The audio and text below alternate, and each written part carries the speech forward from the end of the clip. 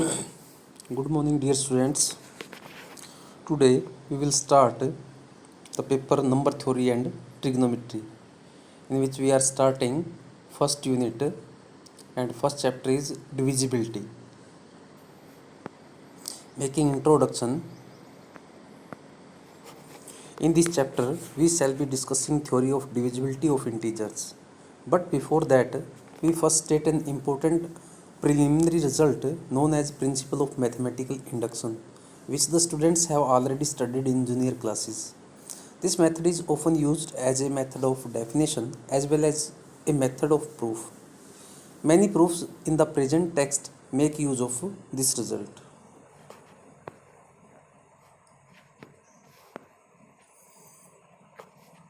Now, principle of mathematical induction. This principle states that if S is a subset of positive integers, that is, S is subset of n having the following properties: 1 belongs to S, and whenever n belongs to S, this implies n plus 1 also belongs to S, then S will be equal to n.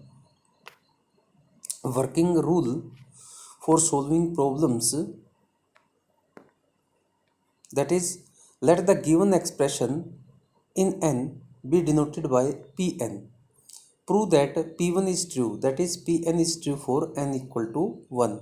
Step third, assume that Pn is true for any n. And step fourth, prove that Pn plus 1 is also true, that is, Pn is true for n plus 1. This is the working rule for solving problems by principle of mathematical induction. Now the next definition is of divisibility. Divisibility definition: an integer a which is not equal to 0 is said to be divide another integer b if there exists another integer c such that b is equal to a into c. Again repeat, an integer a which is not equal to 0 is said to divide another integer b if there exists another integer c such that b can be written as product of a and c. Then we can say a divides b.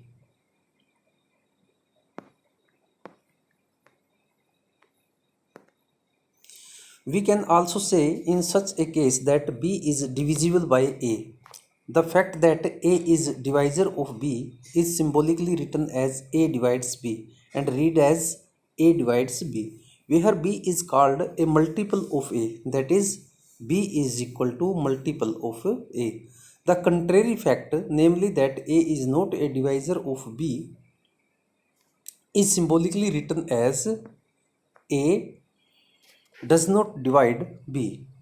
For example, 13 divides 52 because there exists an integer 4 such that 52 is equal to 13 into 4. Minus 6 divides 48 because there exists an integer minus 8 such that 48 is equal to minus 6 into minus 8. 4 does not divide 9, that is, 4 does not divide 9 because there does not exist an integer c such that 9 can be written as 4 times c. From first we have 13 divides 52. Also, since minus 52 is equal to 13 into minus 4, therefore we can say that 13 divides minus 52. Thus, if a divides b, then a also divides minus b. It can also be easily verified that if a divides b, then minus a divides b minus a divides minus b. Now making note, a divides b does not mean a by b. If a divides b, then minus a also divides b. This implies that the divisor of an integer always occur in pairs. To obtain all the divisors of a given integer, it is therefore sufficient to find the positive divisors only. Thus, whenever we mention divisors, we mean positive divisors unless stated otherwise. The word number may be used to repeat an integer. Making remarks, a divides 0 because 0 is equal to a into 0, where a is not equal to 0. 1 divides every integer a, that is 1 divides a. A divides a for each integer a, where a is not equal to 0. This is said to be reflexivity. Division is not everywhere defined in Z set of integers. Now, taking some important definitions and results. Proper divisor. The non-zero number a is said to be a proper divisor of number b if a divides b and a is not equal to plus minus 1 plus minus b. For example, the proper divisor of 16 are plus minus 2 plus minus 4 plus minus 8.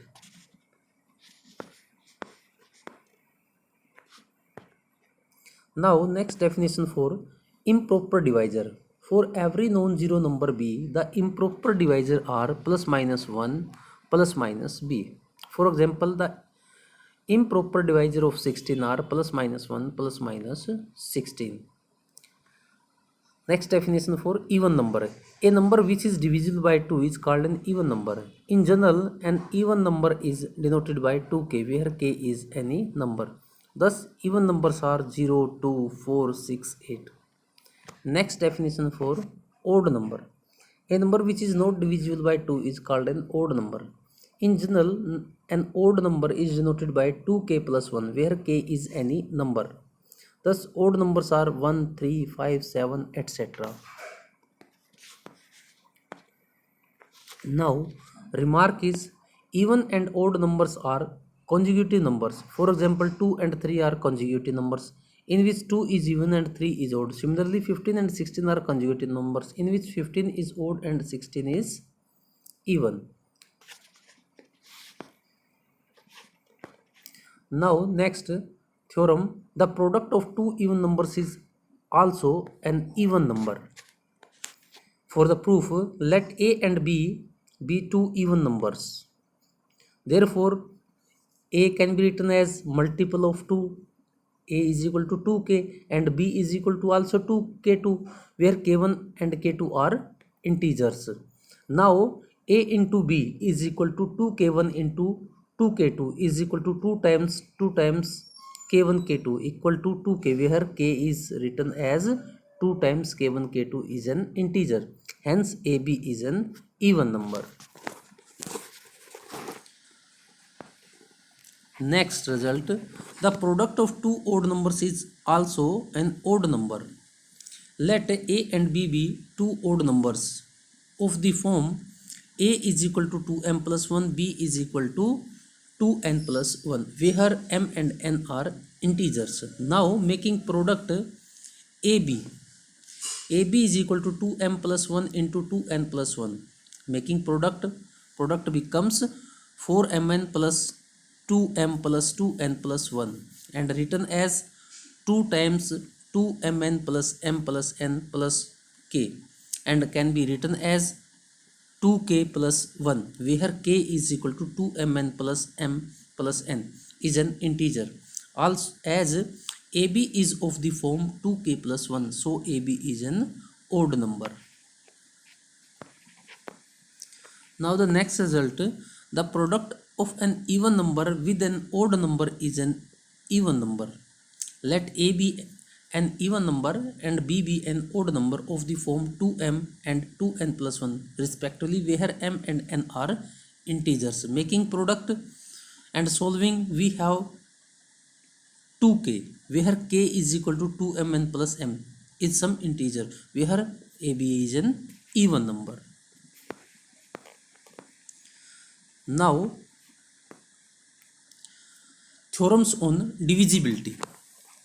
First theorem, if a is a divisor of b and b is a divisor of c, then a is a divisor of c. That is, mathematically, if a divides b and b divides c, then a divides c. For the proof, since a divides b, therefore there exists an integer k1 such that b can be written as k1 times a. This is by definition of divisibility, marking this as number 1. Again, since b divides c, therefore there exists an integer k2 such that c is equal to k2b, marking this as number 2. Putting the values of b from first in second, we have c is equal to k2 k1a or k2 k1a, where k2 k1 is an integer. Hence, by definition of divisibility, we can say that a divides c. Now, next, if a divides b and b divides a, then a is equal to plus minus b. For the proof, since a divides b, therefore there exists an integer k1 such that b is equal to k1a, marking this as number 1. Again, since b divides a, therefore there exists an integer k2 such that a can be written as k2 times b, marking this as number 2. Putting the value of a from 2 in 1, we have b is equal to k1 k2 b. This implies k1 k2 is equal to 1. That is, the product of two integers k1 and k2 is 1. Therefore, either both k1 and k2 are 1 or both are minus 1. That is, either k1 equal to 1 k2 1 or k1 minus 1 k2 minus 1. Thus, a is equal to plus minus b. Putting the value of k1 k2, we have a is equal to plus minus b. Now, next result, if a divides b, then a divides bk, where k is any integer. Since a divides b, therefore there exists an integer c such that b can be written as a times c. Therefore, multiplying both sides by k, bk becomes equal to ac into k. This implies bk is equal to ad, where d is equal to ck. Then by definition of divisibility, a divides bk. Next result, if a divides b and a divides c, then a divides b plus c and a divides b minus c. Since a divides b and a divides c, therefore there exist integers k1 and k2 such that b can be written as a times k1 and c can be written as a times k2. So that b plus minus c can be written as a k1 plus minus a k2 equal to a times k1 plus minus k2. By definition of divisibility, we can say that a divides b plus minus c, hence the result.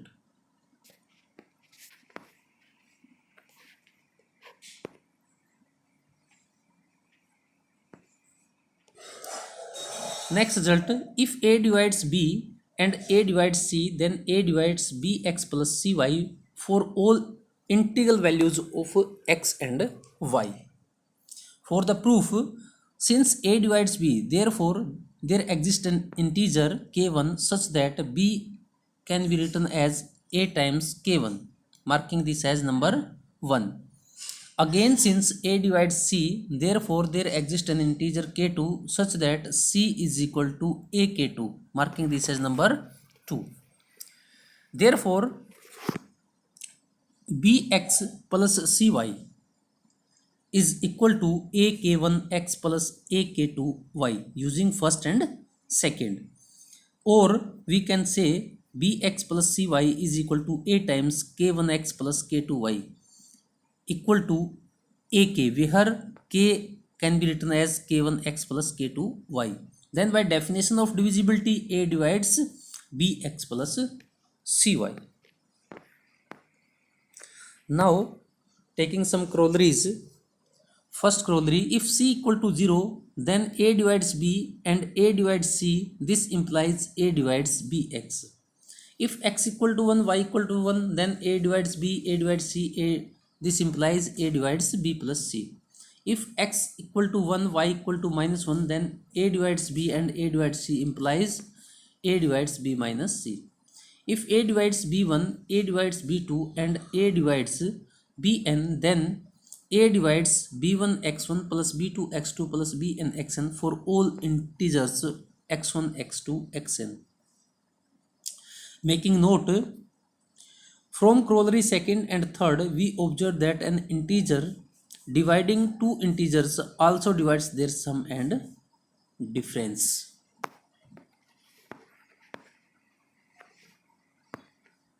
Next result, if a divides b and b is not equal to 0, then absolute value of a is less than equal to absolute value of b.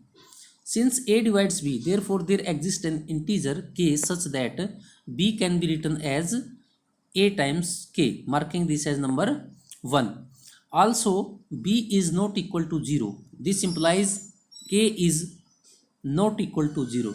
Now on taking absolute values of both sides of first, we have b mod is equal to ak mod is equal to mod of a mod of k, and this implies mod of b is greater than equal to mod of a, that is mod of a is less than equal to mod of b.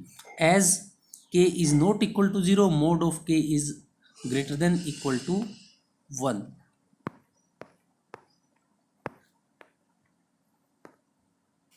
Now, next result, theorem 7. If a divides b and b is less than a, where a is not equal to 0, b are non-negative integers, then b will be equal to 0. Or restating, prove that a non-zero integer is not an exact divisor of any number less than it except 0. Since a divides b, therefore there exists an integer k such that b can be written as equal to ak, marking this as number 1. Now it is given that a and b are non-negative integers, therefore k is also non-negative integer. Given a is not equal to 0, if possible suppose b is also not equal to 0, therefore k is not equal to 0, and this implies k will be greater than equal to 1. Thus from first, b is greater than equal to a, but it is given that b is less than 1. Result second and third contradict each other, thus our supposition is wrong. Hence the theorem is true only when b is equal to 0.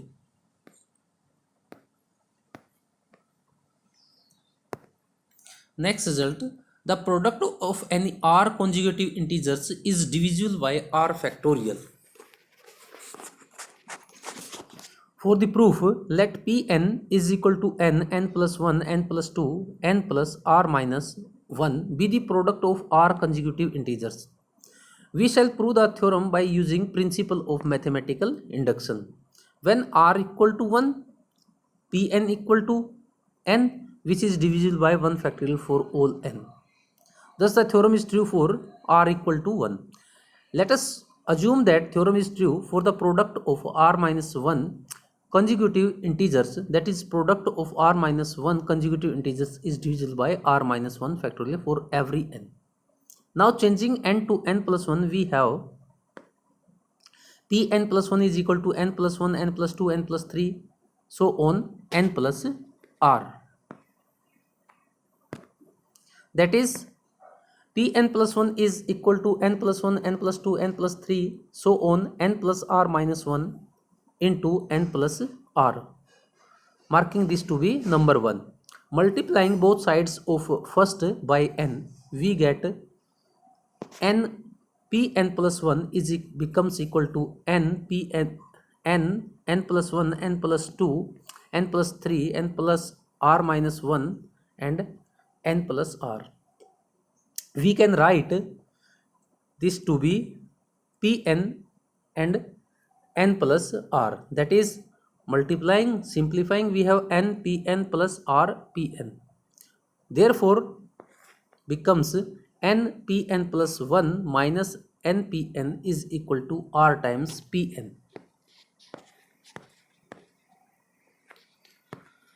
Therefore this implies dividing by n, Pn plus 1 minus Pn is equal to R into Pn by n is equal to R into n plus 1 n plus 2 n plus R minus 1 by n.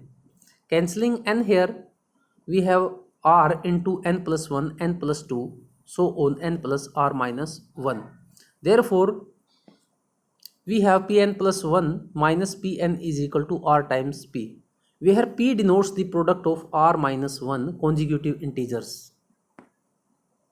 But by our assumption, we have that product of R minus 1 consecutive integers P is divisible by R minus 1 factorial. Therefore, P can be written as K times R minus 1 factorial for some integer K. Putting this value of P in 2, we have Pn plus 1 minus Pn is equal to Kr into R minus 1 factorial, can be written as Kr factorial, as since R into R minus 1 factorial is becomes equal to R factorial. Therefore, R factorial divides Pn plus 1 minus Pn for all n, marking this to be number 3. Putting n equal to 1 in 3, we have R factorial divides P2 minus P1.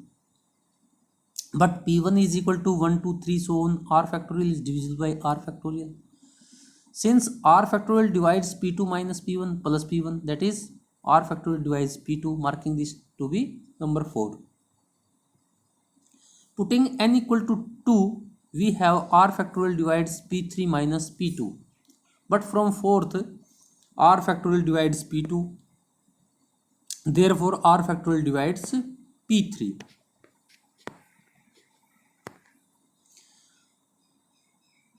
Generalizing the above, we have R factorial divides Pn for all n.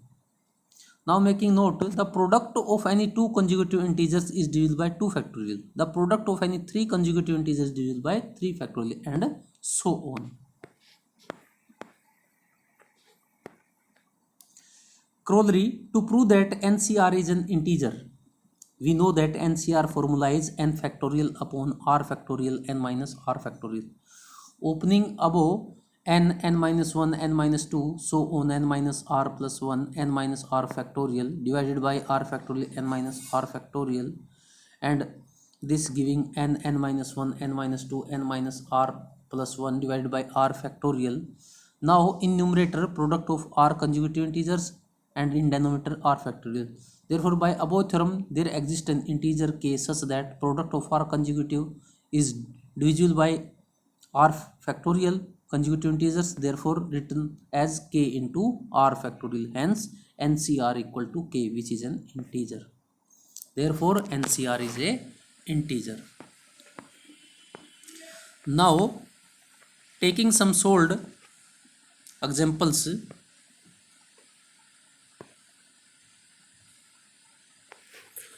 Using principle of mathematical induction, prove that 3 raised to power 2n plus 2 minus 8n minus 9 is divisible by 64, where n is a natural number. Solution: let Pn is equal to 3 raised to power 2n plus 2 minus 8n minus 9. Putting n equal to 1, we have P1 is equal to 64, which is divisible by 64. Thus the result is true for n equal to 1. Let Pn be true for some n, that is Pn is divisible by 64. Thus Pn is a multiple of 64 for some n. Pn can be written as 64 times k, where k is an integer, marking this to be number 1. Changing n to n plus 1 in Pn, we have Pn plus 1 is equal to replacing n by n plus 1. And simplifying, we have 3 raised to power 2 into 3 raised to power 2n plus 2 minus 8n minus 17. This implies P of n plus 1 is equal to 9 into 3 raised to power 2n plus 2 minus 8n minus 9 plus 64n plus 64. And this can be written as 9 into Pn plus 64n plus 64. And using Number 1 here we have 9 into 64 k plus 64 n plus 64, and this is equal to 64 times 9k plus n plus 1. Therefore Pn plus 1 is divisible by 64 when our Pn is divisible by 64. Hence, by principle of mathematical induction, 3 raised to power 2n plus 2 minus 8n is divisible by 64 for all n belongs to n.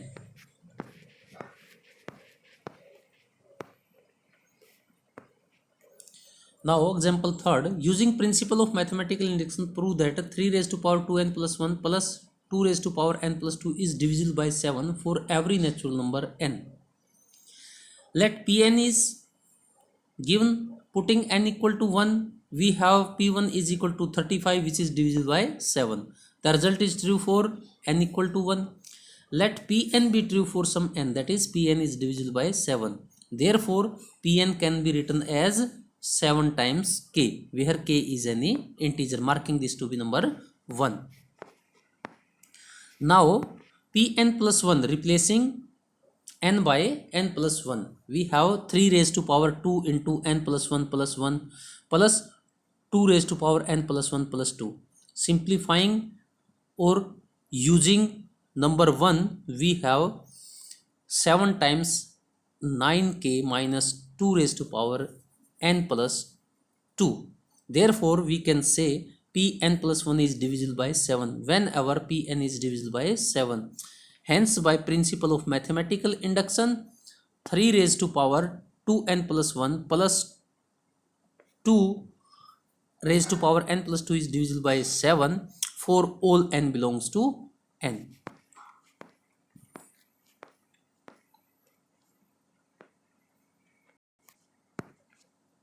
Now, example fifth, prove that square of an odd number is of the form 8k plus 1. For the solution, let m be an odd number. Then it can be written as m is equal to 2n plus 1, where n is an integer. Therefore, making square, m square is equal to 2n plus 1 square is equal to 4n square plus 4n plus 1. Or m square is equal to 4n times n plus 1 plus 1, marking this as number 1. Now, product of two consecutive integers is divisible by 2 factorial by reference theorem 8.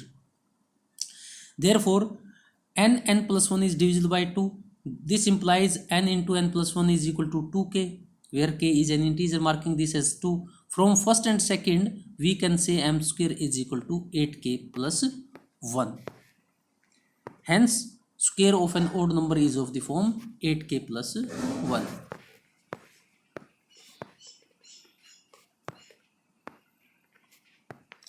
Now, example number 7th, show that 3 raised to power 2n plus 7 is a multiple of 8. We have 3 raised to power 2n plus 7 is equal to 3 raised to power 2n minus 1 plus 8, or can be written as 9 raised to power n minus 1 raised to power n plus 8. Opening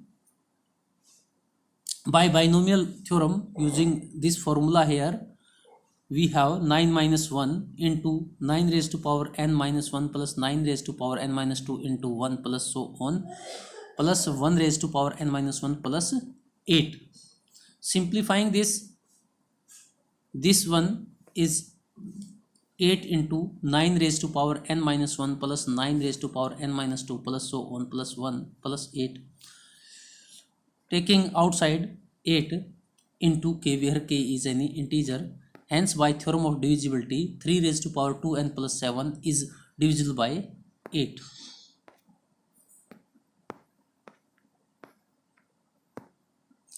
Show that difference between any number and its square is even. For the solution, let n be any number. We have to prove that n square minus n is even. Now, n square minus n can be written as n minus 1 into n, which are two consecutive numbers. Out of these two numbers, one must be even and the other odd, and therefore their product is even. Therefore, n square minus n is divisible by 2. Hence, n square minus n is an even number.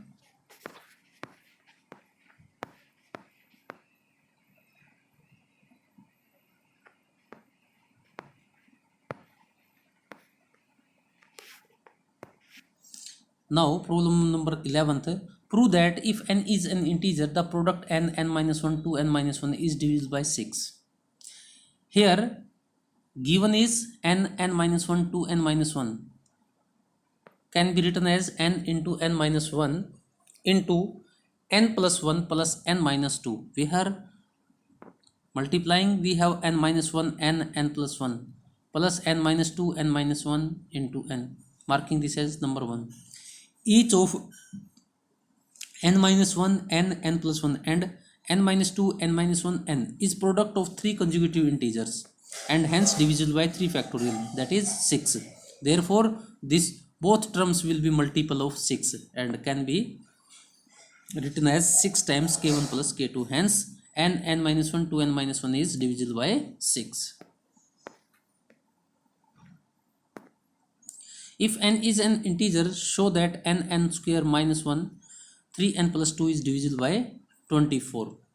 We have n into n square minus 1 3n plus 2 is equal to n minus 1 n plus 1 3n plus 2, or written as n minus 1 n plus 1 3n plus 6 minus 4, or 3n minus 1 into n plus 1 n plus 2 minus 4 times n minus 1 n plus 1, marking this as number 1. Now in first term n minus 1 n plus 1 n plus 2 being the product of 4 consecutive integers is divisible by 4 factorial, that is 24.